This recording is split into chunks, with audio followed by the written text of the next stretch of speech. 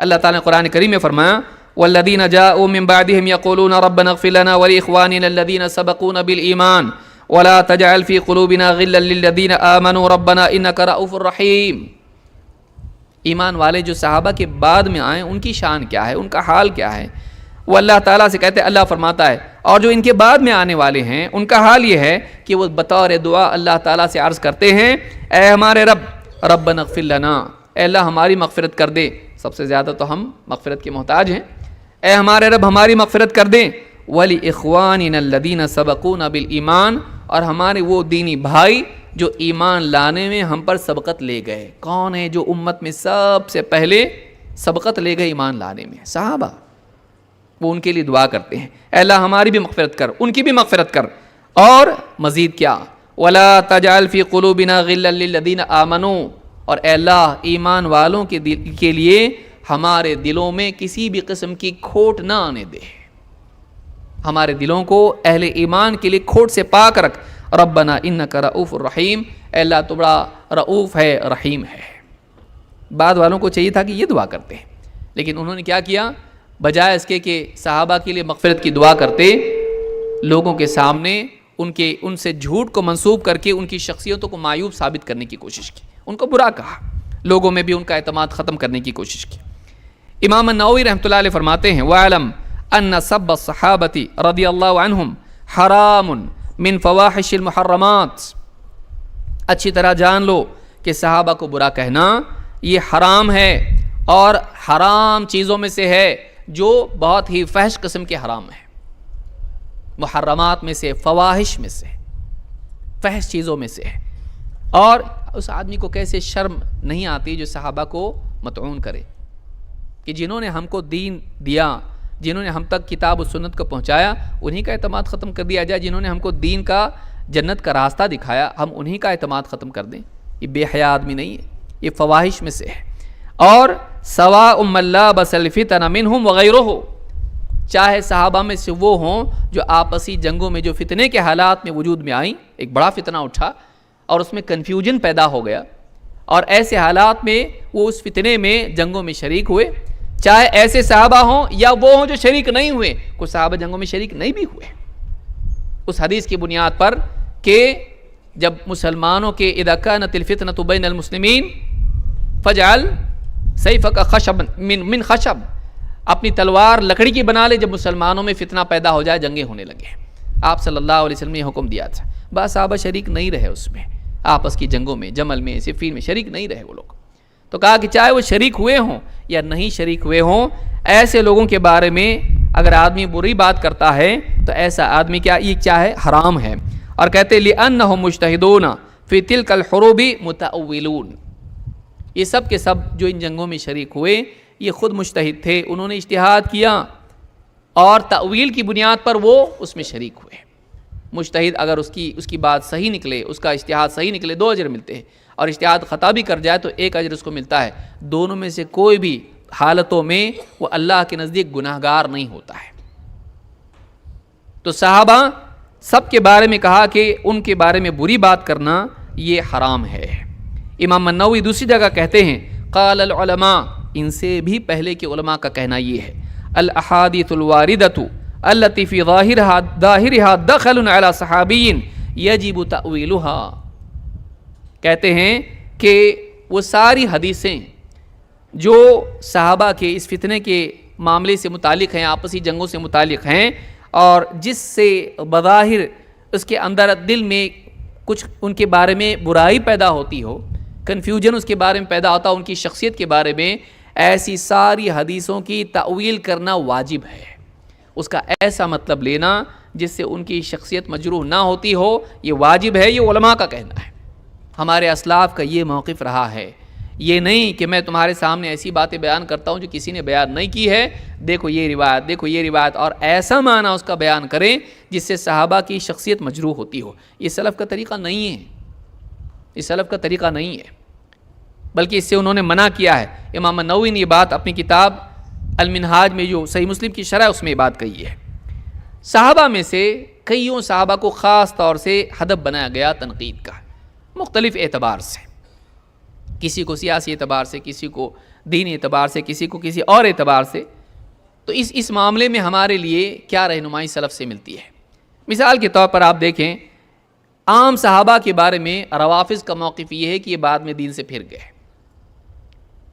امامیہ جن کو کہا جاتا ہے، روافض جن کو کہا جاتا ہے، عام طور سے سلف نے ان میں سے اکثریت کی تکفیر کی ہے، اکثریت کی تکفیر کی ہے.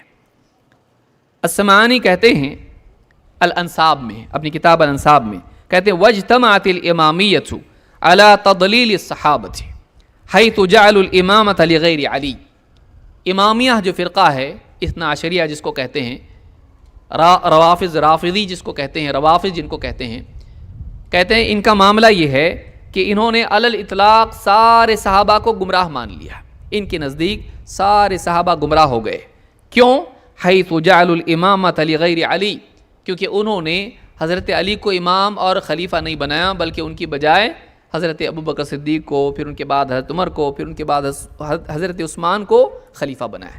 خلافت کے حقدار، امامت کے حقدار حضرت علی تھے، لیکن انہوں نے کیا کر دیا؟ قبضہ کر لیا اس کے اوپر. سارے مسلمان، سارے صحابہ گونگے بنے رہے. تو یہ بھی ان کے ساتھ ماننے کی وجہ سے، ان کے ساتھ ہونے کی وجہ سے سب کے سب گمراہ ہو گئے، سب کے سب غلط چلے گئے، بھٹک گئے، صحیح چیز نہیں کر پائے، حق کا نفاذ نہیں کر پائے. کہتے ہیں واجتمعت الامۃ علی تکفیر الامامیہ، علی الاطلاق سارے صحابہ گمراہ ہو گئے. کہتے ہیں امت کا اتفاق ہے کہ امامیہ کافر ہیں، ان کی تکفیر پوری امت نے کی اور اس پر سب کا اتفاق ہے. وَيُنْكِرُونَ إِجْمَاعَهُمْ وَيَنْسُبُونَهُمْ إِلَى مَا لَا يَلِيقُ بِهِمْ. کیوں؟ لِأَنَّهُمْ يَعْتَقِدُونَ تَضْلِيلَ الصَّحَابَةِ، اس لیے کہ یہ صحابہ کی گمراہی کا اعتقاد رکھتے ہیں کہ سارے صحابہ گمراہ ہو گئے. وَيُنْكِرُونَ إِجْمَاعَهُمْ، اور صحابہ کے اجماع کا انکار کرتے ہیں. حضرت ابوبکر صدیق پر اجماع ہوا، قرآن کے جمع کرنے پر اجماع ہوا، اور کئی مسائل میں اجماع ہوا. وَيَنْسُبُونَهُمْ إِلَى مَا لَا يَلِيقُ بِهِمْ، اور یہ لوگ صحابہ کے بارے میں ایسی ایسی باتیں بیان کرتے ہیں جن کا بیان کرنا اور ان سے جوڑنا لائق نہیں ہے، مناسب نہیں ہے. جھوٹ گھڑ کے صحابہ کے بارے میں بیان کرتے ہیں. تو یہ بات بطور اتفاق امت السمعانی نے بیان کی ہے. صحابہ میں سے حضرت عثمان رضی اللہ تعالیٰ عنہ کا نام بہت نمایاں ہے. اور آپ دیکھیں کہ صحیح بخاری کی جو حدیث ہے کہ اللہ کے نبی صلی اللہ علیہ وسلم اونچائی پر گئے، چھت پر جا کر آپ نے کہا کہ میں فتنوں کو دیکھتا ہوں کہ مدینہ میں گھروں پر بارش کے قطرے کی طرح وہ وارد ہو رہے ہیں. اس حدیث کی شرح میں ابن حجر رحمہ اللہ نے کہا ہے فتح الباری میں کہ اس حدیث میں جو بات آ رہی ہے یہ مدینہ کے بارے میں کہی جا رہی ہے، اس لیے کہ مدینہ ہی سے سارے معاملات شروع ہوئے. سب سے پہلا واقعہ حضرت عثمان رضی اللہ تعالیٰ کا قتل تھا، اور یہیں سے سارے مسائل شروع ہوئے. صفین اور جمل کی بنیاد یہی تھی، اور پھر صفین ہی کی بنیاد پر خوارج پیدا ہوئے، اور باقی بعد میں جتنے بھی فتنے جنم لیے ان کا مدار اسی پر تھا. تو حضرت عثمان رضی اللہ عنہ کی شخصیت بہت اہم ہے اسلام کی تاریخ میں، اور بہت سے لوگوں نے ان کی شخصیت کو مطعون کیا، جن میں موجودہ دور کے لوگ بھی ہیں. مثال کے طور پر، اب ساری مثالیں بیان کرنا ایک مشکل کام ہے. سید ابو الاعلیٰ مودودی کہتے ہیں، لیکن اس کے بعد اپنی کتاب خلافت و ملوکیت میں کہتے ہیں لیکن اس کے بعد جب حضرت عثمان جانشین ہوئے، خلیفہ بنے، تو رفتہ رفتہ اس پالیسی سے ہٹتے چلے گئے. انہوں نے پے در پے اپنے رشتہ داروں کو بڑے بڑے اہم عہدے عطا کیے، اور ان کے ساتھ دوسری ایسی رعایتیں کیں جو عام طور پر لوگوں میں ہدف اعتراض بن کر رہی ہیں. جو نبوی منہج تھا لائق لوگوں کو عہدہ دینا، جب حضرت عثمان رضی اللہ تعالیٰ عنہ خلیفہ بنے تو انہوں نے ایسے لوگوں کو عہدے دیے جو واقعی لائق نہیں تھے. رشتہ داری کی بنیاد پر انہوں نے عہدے دیے، رشتہ داری کی بنیاد پر انہوں نے جاگیریں، انعامات اور جو بھی چیزیں تھیں، مال وغیرہ، ان میں تقسیم کیا اپنے رشتہ داروں میں. رشتہ داری کی بنیاد پر انہوں نے تقسیم. یہ کیا ہے؟ شخصیت پر اعتراض نہیں ہے کہ انہوں نے خیانت کی دین کے معاملے میں، خلافت کے معاملے میں، امامت کے معاملے میں؟ سوچئے. تو کہا کہ اس کے بعد جب حضرت عثمان جانشین ہوئے تو رفتہ رفتہ اس پالیسی سے، یعنی اصول کے مطابق خلافت کی ذمہ داری نبھاتے ہوئے عہدے لائق لوگوں کو دینا، اس پالیسی سے ہٹتے چلے گئے. اور پھر انہوں نے اپنے اقربا کو عہدے عطا کیے اور بہت ساری رعایتیں ان کے ساتھ کی. اس بنیاد پر ان پر اعتراض ہوا اور پھر ان کو قتل بھی کیا گیا. جبکہ ایک جھوٹا پروپیگنڈا تھا جو خارجیت زدہ یا ایسے ذہن جو تھے انہوں نے پیدا کیا تھا. باغیوں نے اس طرح کا ذہن لوگوں کا جھوٹ بول کر بنایا تھا اور پھر اس کے بعد حضرت عثمان رضی اللہ عنہ کا قتل ہوا تھا. تو یہ نہیں تھا کہ انہوں نے وہ راستہ چھوڑ دیا جو نبوی منہج والا تھا. لیکن آپ دیکھیے بعد میں جا کے خود ہی کیا کہتے ہیں. آدمی بعض اوقات لکھتا ہے لیکن تھوڑی دیر بعد بھول جاتا ہے اس نے کیا لکھا ہے. کہتے ہیں اس سے کوئی شخص انکار نہیں کر سکتا کہ اپنے خاندان کے جن لوگوں کو سیدنا عثمان رضی اللہ تعالیٰ نے حکومت کے مناصب دیے انہوں نے اعلیٰ درجے کی انتظامی اور جنگی قابلیتوں کا ثبوت دیا اور ان کے ہاتھوں بہت سی فتوحات ہوئیں. لیکن ظاہر ہے کہ قابلیت صرف انہی لوگوں میں نہ تھی, دوسرے لوگ بھی بہترین قابلیتوں کے مالک موجود تھے اور ان سے زیادہ خدمات انجام دے چکے تھے. اسی کتاب میں ایک جگہ کہہ رہے ہیں کہ نبوی منہج سے ہٹ گئے اور ایسے لوگوں کو عہدے دیے جو رشتہ دار تھے. تو معلوم ہے کہ رشتہ دار کو عہدہ نہیں دینا چاہیے. اور آگے جا کے خود بول رہے ہیں کہ وہ لائق تھے, انہوں نے بڑے بڑے کارنامے انجام دیے, ان کے ہاتھ پہ فتوحات ہوئیں, بہت کچھ ہوا, لیکن دوسرے بھی تو تھے نا. تو آپ ان کو دیتے تو ان کا نام آتا, ان کو دیتے تو ان کا نام آتا. آپ بتائیے عہدہ اگر 100 لوگوں میں سے کسی کو دیا جائے ہمیشہ کوئی نہ کوئی لائق ہوگا کہ نہیں ہوگا. حضرت اسامہ رضی اللہ عنہ کو جب بنا کے امیر بنا کے بھیجا لشکر کا, دوسرے لوگ نہیں تھے اس میں. ایسے کتنے معاملات آپ کو ملیں گے. تو اب کیا کہیں گے, اعتراض کریں گے اس پر نبی صلی اللہ علیہ وسلم پر کہ آپ نے صحیح آدمی کو نہیں بنایا امیر, اور بھی بڑے لوگ تھے اور بھی لائق لوگ تھے. تو آپ دیکھیے بعض اوقات آدمی کے ذہن جب منفی ہوتا ہے تو آدمی اچھی باتوں کو بھی بگاڑ کے پیش کرتا ہے اور آگے لیپا پوتی کرنا شروع کر دیتا ہے. ہاں لیکن انہوں نے بہت بڑے کارنامے انجام, یہ خود اچھا انتخاب دکھائی دے رہا ہے پھر تو, کہ جب انہوں نے ان کو ذمہ داریاں دیں, عہدے دیے, اللہ تعالیٰ نے ان کے ذریعے سے فتوحات کرائیں, ان کے ذریعے بڑے بڑے کارنامے انجام دیے گئے. تو پھر یہ غلط کیا ہے اس میں, انہوں نے غلط لوگوں کو کیسے دیا؟ اگر وہ سب ڈبو دیتے امت کی نیا تب جا کے بولا جا سکتا تھا, لیکن انہوں نے اتنے بڑے کارنامے انجام دیے, خود ہی بول رہے ہیں. اور پھر یہ کہہ رہے ہیں کہ ایسے لوگوں کو عہدے دیے جو رشتہ دار. تو پھر جب شیعہ کہتے ہیں یا اور لوگ کہتے ہیں کہ اہل بیت کو دینا چاہیے تھا, حضرت علی کے جانشین ان کے گھر والے ہونے چاہیے تھے یا حضرت علی ہونا چاہیے تھے, تو آپ بتائیے کیا رشتہ داری نہیں تھی؟ کیا نبی صلی اللہ علیہ وسلم پر بھی اعتراض کیا جاتا؟ سوچیے. تو اسلامی اعتبار سے یہ قاعدہ نہیں ہے کہ رشتہ دار کو نہیں بنایا جائے گا. کبھی رشتہ دار بھی لائق ہو سکتا ہے, کبھی رشتہ دار بھی لائق ہو سکتا ہے. اور اس اعتبار سے بات کو توڑ مڑوڑ کے حضرت عثمان کے بارے میں بدظن کرنا یہ اس کتاب سے شروع ہوا. اس سے پہلے بھی ہوا ہے, لیکن موجودہ دور میں یہ کتاب بہت پھیلی اور کئیوں کے ذہن اس سے خراب ہوئے حضرت عثمان کے بارے میں. اور اس میں ایسی علم غلم روایتیں بھر دی گئی ہیں جن کی کوئی اسناد نہیں ہے, لیکن لکھنے والے نے لکھ دیا اور ماننے والے اس کو, جتنے بھی ان کو بابے بنانے والے ہوتے ہیں, اب ان کے اوپر تنقید کی جاتی ہے تو ان کو پسند نہیں آتا. مودودی صاحب پر تنقید کریں لوگ ناراض ہو جاتے ہیں, لیکن مودودی صاحب اگر صحابہ پر تنقید کریں تو اتنا زیادہ ناراض نہیں ہوتے ہیں. سوچئے عثمان ابن عفان رضی اللہ عنہ کے بارے میں نبی صلی اللہ علیہ وسلم نے کیا کہا تھا؟ کیا وہ لائق تھے کہ نہیں تھے؟ نعوذ باللہ وہ لائق تھے. اللہ کے رسول صلی اللہ علیہ وسلم نے فرمایا یا عثمان ان ولاک اللہ ھذا الامر یوما, اگر اللہ تعالیٰ یہ مقام, یہ عہدہ, یہ ذمہ داری, امت کی مسئولیت اگر کسی دن تجھ کو سونپے, فارادک المنافقون ان تخلع قمیصک, اور منافقین تجھ سے تیری قمیص چھیننے کی کوشش کریں, الذی قمصک اللہ, جو اللہ نے تجھ کو پہنائی ہوگی, فلا تخلعہ, اس قمیص کو اتارنا مت, اس قمیص کو اتارنا مت. امام ابن ماجہ نے اس کو روایت کی اور یہ حدیث صحیح ہے. یعنی اللہ تجھ کو خلافت دے, مسلمانوں کا والی بنائیں, اور کچھ لوگ اس کو چھیننے کی کوشش کریں گے تجھ سے, چھوڑنا مت اس کو, اس قمیص کو اتارنا مت. یعنی اللہ کے نبی صلی اللہ علیہ وسلم کہہ رہے ہیں اس قمیص کو اتارنا مت. آپ کے نزدیک وہ قابل اعتماد ہیں, لائق ہیں کہ اس منصب پر باقی رہیں, اور یہ اللہ کی طرف سے ان کو دیا جائے گا. لیکن آپ دیکھیے بعد والوں نے ان کے بارے میں کیا کہا. بلکہ ایک اور روایت ہے, کعب ابن عجرہ کہتے ہیں کنت عند رسول اللہ صلی اللہ علیہ وسلم فذکر فتنة فقربها, میں اللہ کے نبی صلی اللہ علیہ وسلم کی خدمت میں حاضر تھا, آپ نے ایک فتنے کا ذکر کیا اور آپ نے بتایا کہ فتنہ بہت قریب ظاہر ہونے والا ہے. فمر رجل متقنع, تو سر پر چادر اوڑے ایک شخص گزرا, فقال ھذا یومئذ علی الہدی, یہ جو شخص جا رہا ہے نا چادر اوڑے اس طرح سے, تو یہ جو شخص ہوگا یہ اس دن, اس دور میں جب فتنہ غالب ہوگا, فتنہ ظاہر ہوگا, اس دن یہ شخص ہدایت پر ہوگا جو جا رہا ہے. یہ صحابی کہتے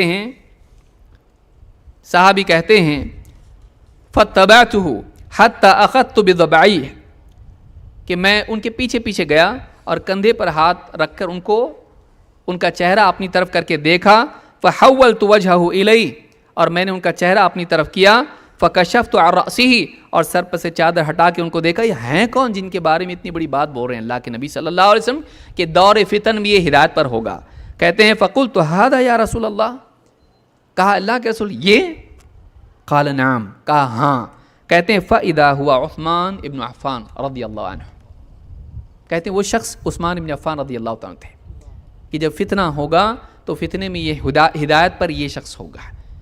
ایسی شخصیت جس کے بارے میں نبی صلی اللہ علیہ وسلم نے کہا. اور یہ بہت دور کی حدیثیں نہیں ہیں.